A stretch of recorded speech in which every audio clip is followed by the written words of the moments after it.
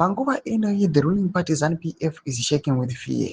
At the moment, everyone is saying kuti vemauto kana mapurisa pamwe chete nevamwe maoperatives intelligence right now vari mubishi kuona kuti how can they quash, how can they stop and crush the 31st July protest.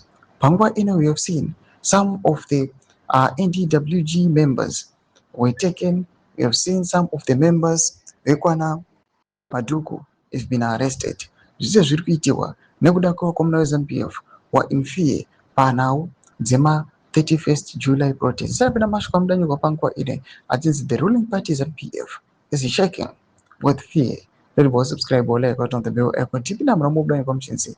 They have heard the people wanted to speak out in their numbers, so they are rushing to hold a bogus rally on 31 July, trying to force people to celebrate the destruction of our constitution. Instead of solving hunger, joblessness, and suffering, they use government money to force to bring crowds. This is poor cowardice. A real leader does not fear the voice of his own people. The regime is panicking because their time is running out. Toma developments are kubuda panguva ine.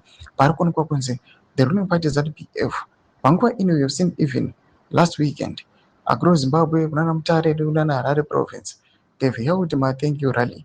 Panguva ine kuti vazame kuconvince and to crush all the opposition iri kuitiwa panhau the Constitutional Amendment Act 3. Developments ari kubuda panguva ine yasoonekwa kunzi panguva ine hazvina kumira zvakanaka. Panguva ine kunyange tikuona kuti vana